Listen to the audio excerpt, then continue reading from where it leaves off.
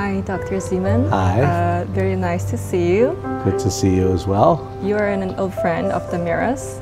Yes. You were awarded the Miras Outstanding Entrepreneur Social Responsibility Award in 2013, and it's really good to see you again. Well, after 2013, it's good to be still here and being back with Mirror.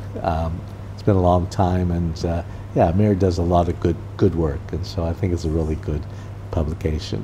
Yeah, thank you for taking your time to do this interview with us. Yes. So you are a hugely successful entrepreneur, the father of蘭桂坊, and a true icon in Hong Kong. So coming from a Jewish family, you started making money at the age of 10. Do you still remember how it felt when you first made your very first bucket of gold back then? Well, basically, mine is a funny story. So I was going to school, and I decided to get a job in the morning before I went to school. I was delivering newspapers at 2 different apartment buildings, and that was my first introduction to doing business. I started working when I was 16 years old in the fashion business. At the age of like 19, I decided to open my own business. Wow. Ladies, because I'd made money, which I'd saved, and I said that's what brought me to Hong Kong, because at that time, and all the factories were in Hong Kong. China was still a closed market. And then at the end of my first year in business, I made $1 million US profit. You know, 97 is coming, 1997 is coming, and, you know, Hong Kong's going to return to China. And of course, things did work out. You know, China, I was an advisor for Tung Chee-hwa, who was the first chief executive at the time. And then I've been an advisor for every chief executive since Tung Chee-hwa. Yeah.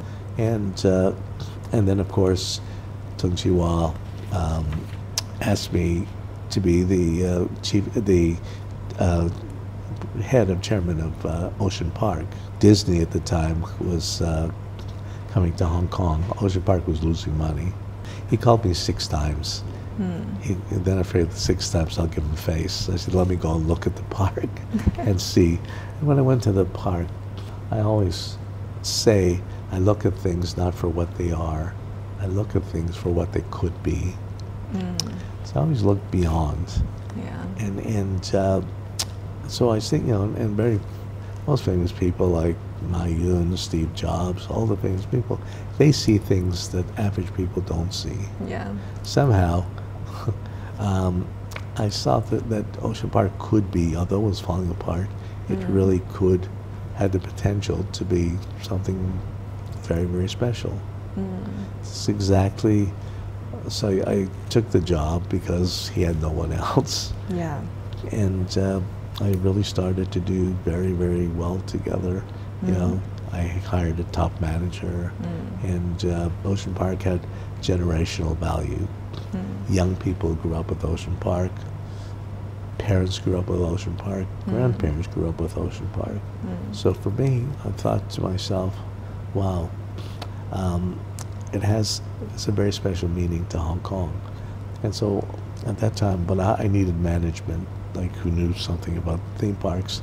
So I hired, I did a survey and looking for a theme park manager, and I hired a good CEO who came here from the U.S. and he started working with me. We put a team together between locals and expats, and we started building Ocean Park into something very, very special.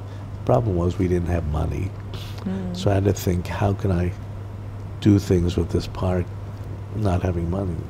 Chinese people saw fish tanks with many kind of fish swimming around, and then there was one tank we had was special jellyfish tank, and everybody used to take pictures with their mobile phone of the jellyfish. So I stopped by experts, animal experts. I said, can we get jellyfish? Oh, very easy. There's like 2,000 species of jellyfish.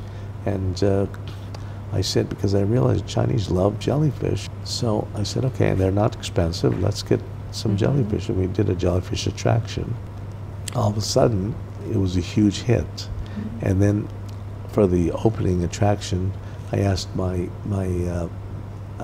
managers, what are we going to do for marketing? They said, well, we have 4 little girls going to dress as jellyfish. So I thought to myself, if I'm chairman of a bank, I'm going to wear a suit and a tie, but jellyfish, why not become, dress up as a jellyfish? And my marketing staff said, you're kidding. I said, no, let's do it. And of course the press went crazy, the pictures, everything flashing. It was unbelievable. And that photo went around the world on the front page of every newspaper. Now I realize we don't have money, but for advertising, it's the best free advertising.